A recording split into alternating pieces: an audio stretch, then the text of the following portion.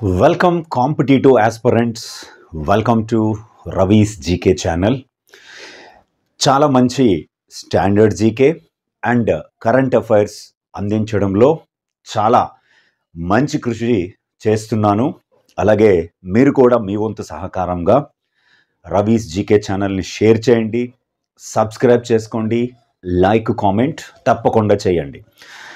More over update చూస్తే 70% మంది subscribe చేయని వాళ్ళు మన వీడియోస్ చూస్తున్నారు. అయితే దీని వలన మోర్ ఓవర్ కాంపిటేటివ్ ఆస్పిరెంట్స్ మీకు తదుపరి వీడియోలు రాకపోవడానికి అవకాశం ఉంది. కాబట్టి ప్లీజ్ సబ్స్క్రైబ్ చేసుకోండి, సపోర్ట్ చేయండి.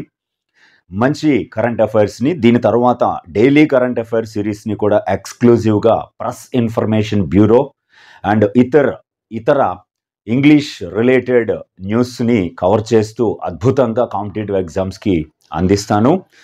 కాబట్టి మీ వంతు సహకారాన్ని అందించండి. ఈ వీడియోలో ఒక స్టాండర్డ్ జీకేని ఇమీడియట్గా జరగబోయేటువంటి ఎగ్జామ్స్లో అడిగే అవకాశం ఎక్కువగా ఉంది.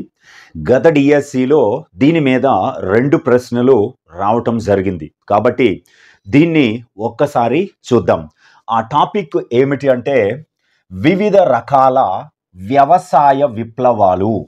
వ్యవసాయ రంగంలో ఆహార కొరత రాకుండా వాటి ఉత్పత్తిని పెంచి జనాభా పెరుగుదలకి అనుకూలంగా వారికి అందించడం అన్నటువంటి లక్ష్యంతో వివిధ రకాలైనటువంటి విప్లవాలని భారతదేశంలో కావచ్చు, ప్రపంచ దేశాలలో కావచ్చు తీసుకురావడం జరిగింది.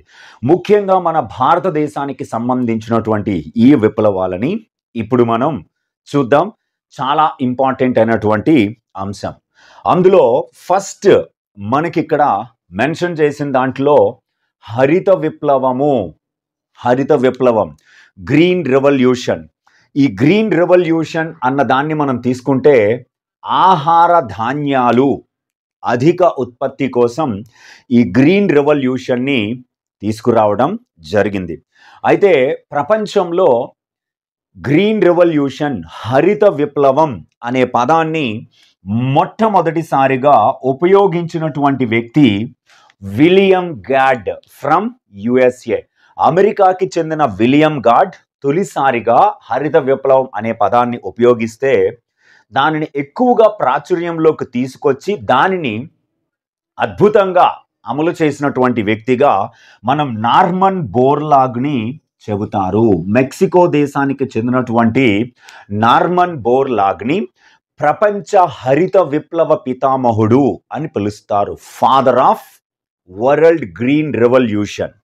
అయితే భారతదేశంలో ఈ హరిత విప్లవం అమలు చేయడంలో కీలక పాత్ర పోషించి ఫాదర్ ఆఫ్ ఇండియన్ గ్రీన్ రెవల్యూషన్గా ఎంఎస్ స్వామినాథన్ని చెప్పడం జరుగుతుంది. MS Swaminathan, father of green revolution in India. భారతదేశంలో హరిత విప్లవ పితామహుడుగా మానకొంబు సాంబశివన్ స్వామినాథన్, తమిళనాడుకు చెందినటువంటి ఈయన 2023 సెప్టెంబర్లో ఈయన మరణించడం జరిగింది. ఈయన చాలా ముఖ్యమైనటువంటి అంశం. 2024లో భారతదేశంలో అత్యున్నత పౌర సేవా పురస్కారమైన భారత రత్నాన్ని 5గురికి ప్రకటిస్తే ఆ 5గురిలో ఎంఎస్ స్వామినాథన్ ఒకరు. 1 Karpoori Thakur, LK Advani, Chaudhary Charan Singh, PV Narasimha Rao and MS స్వామినాథన్లకి భారతరత్న 2024 సంవత్సరంలో ప్రకటించారు. ఈయన 1987లో ప్రపంచ ఆహార బహుమతి పొందడం జరిగింది. ప్రపంచ ఆహార బహుమతి, వరల్డ్ ఫుడ్ ప్రైజ్ తొలి గ్రహీత ఈయనే ఎంఎస్ స్వామినాథన్. అయితే నార్మన్ బోర్లాగ్ అవార్డుని ఏ రంగంలో కృషి చేసిన వారికి ఇస్తారని క్వశ్చన్ అడిగితే వ్యవసాయ రంగం. కృషి అవార్డు కూడా వ్యవసాయ రంగంలో కృషి చేసిన వారికే ఇస్తారు. అయితే ఈ హరిత విప్లవంలో అత్యధికంగా లాభ పొందినటువంటి పంట గోధుమ, 2వ స్థానంలో వరి ఉంటుంది. అలాగే మడగాస్కర్ అనే దేశంలో అభివృద్ధి చేసిన శ్రీ అనేటువంటి ఒక సిస్టమ్ కూడా మనకి పండించడం జరుగుతుంది. అతి తక్కువ నీటితో పంటలు పండించడం శ్రీ వరి సాగు అంటారు. సిస్టమ్ ఆఫ్ రైస్ ఇంటెన్సిఫికేషన్ అంటారు శ్రీ అంటే. అలాగే ప్రస్తుతం మనకి తృణధాన్యాలు అని అంటాం లేదా చిరుధాన్యాలు అంటాం కదా, ఈ చిరుధాన్యాలకి ఇలా ఇది వచ్చింది కాబట్టి శ్రీ అని వచ్చింది కాబట్టి చెప్తున్నాను. తృణధాన్యాలు లేదా చిరుధాన్యాలకి ఏమని పేరు పెట్టారంటే శ్రీ అన్న అని పేరు పెట్టడం జరిగింది. శ్రీ అన్న చాలా చాలా బాగా దీన్ని గుర్తుపెట్టుకోండి, ఇంపార్టెంట్. నెక్స్ట్ రెండవది శ్వేత విప్లవము అంటారు. దీన్నే మనం వైట్ రెవల్యూషన్ అని పిలుస్తాం. ఈ వైట్ రెవల్యూషన్ అనేది పాల ఉత్పత్తిని పెంచడం కోసం తీసుకురావడం జరిగింది. దీనినే ఆపరేషన్ ఫ్లడ్ అని కూడా పిలుస్తారు. ఆపరేషన్ ఫ్లడ్ అని కూడా పిలవచ్చు. దీనికి పితామహుడు వర్గీస్ కురియన్. ఈ వర్గీస్ కురియన్ అన్నటువంటి ఈయనే అమూల్ అనేటువంటి ఒక కంపెనీని స్థాపించారు, ఆనంద్ మిల్క్ యూనిట్ లిమిటెడ్. అంతేకాకుండా ఈయనే హర్యానాలోని కర్నాల్లో నేషనల్ డైరీ డెవలప్మెంట్ బోర్డును కూడా స్థాపించారు. Karnal Haryana national dairy development board అంటారు. చాలా చాలా ఇంపార్టెంట్. హర్యానాలోని కర్నాల్లో స్థాపించారు. అందుకే ఈయన్ని ఫాదర్ ఆఫ్ వైట్ రెవల్యూషన్ అని పిలుస్తారు. నెక్స్ట్ మనకి ఎరుపు విప్లవం అన్నాడు, రెడ్ రెవల్యూషన్. ఈ రెడ్ రెవల్యూషన్ అనేది మాంసం ఉత్పత్తికి మరియు టమాటాల ఉత్పత్తి పెంచడం కోసం, టమాటాల ఉత్పత్తిని పెంచడం, మాంసం ఉత్పత్తిని పెంచడం కోసం తీసుకొచ్చినది రెడ్ రెవల్యూషన్. దీనికి విశాల్ తివారీ అన్నటువంటి ఆయన పితామహుడు. Vishal Tiwari is the father of red revolution. Next మనకి సిల్వర్ విప్లవం అని అన్నాడు. రజత విప్లవం అని కూడా అనొచ్చు. రజత విప్లవము లేదా వెండి విప్లవం అంటారు.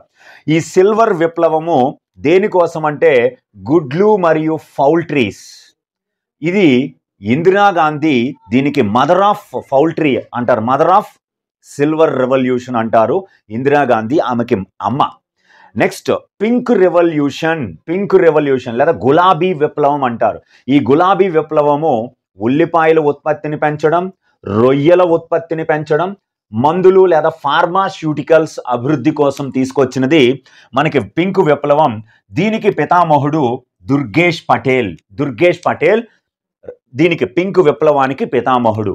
నెక్స్ట్ మనకి గోల్డెన్ విప్లవం లేదా బంగారు విప్లవం అంటారు. ఈ బంగారు విప్లవము పండ్లు ఫ్రూట్స్ ఉత్పత్తిని పెంచడం, తేనె హనీ ప్రొడ్యూసింగ్ పెంచడం, అలాగే హార్టికల్చర్ ఉద్యానవన పంటల అభివృద్ధికి కృషి చేయడం. దీనికి నిరూపాక్ తుటేజ్ పితామహుడుగా చెబుతారు. నెక్స్ట్ మనకి నీలి విప్లవం అంటారు. దీన్నే బ్లూ రెవల్యూషన్ అని పిలుస్తారు. దీన్ని చేపల ఉత్పత్తిని పెంచడం కోసం తీసుకురావడం జరిగింది. డాక్టర్ అరుణ్ కృష్ణన్ దీనికి పితామహుడు. నెక్స్ట్ మనకి పసుపు విప్లవం లేదా ఎల్లో విప్లవం అని అంటారు. ఇది నూనె గింజల ఉత్పత్తి కోసం, అధిక ఉత్పత్తిని పెంచడం కోసం పసుపు విప్లవం తీసుకొచ్చారు. శామ్ పిట్రోడా, గతంలో నాలెడ్జ్ కమిషన్ చైర్మన్గా పనిచేసిన శామ్ పిట్రోడా పసుపు విప్లవానికి పితామహుడు.